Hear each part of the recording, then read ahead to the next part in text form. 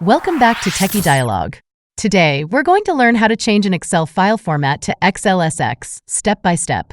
If you find our content helpful, please take a moment to subscribe to the channel for more great tutorials. Let's get right into it. Step 1.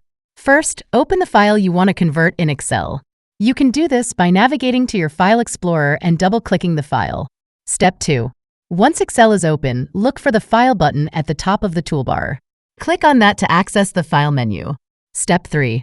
Next, click on Save As, and then select Browse to choose the location where you want to save the new file. Step 4.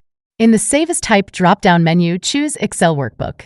Make sure you also confirm the location where you want to save your new file. Step 5. Now, give your new file a name that you'll remember and then hit Save. Step 6. After saving, locate the file in the folder where you saved it. Right-click on the file and select Properties from the context menu. Look for the Type of File section to confirm that your file is now saved with the XLSX extension. And that's it. Your Excel file is now in the XLSX format.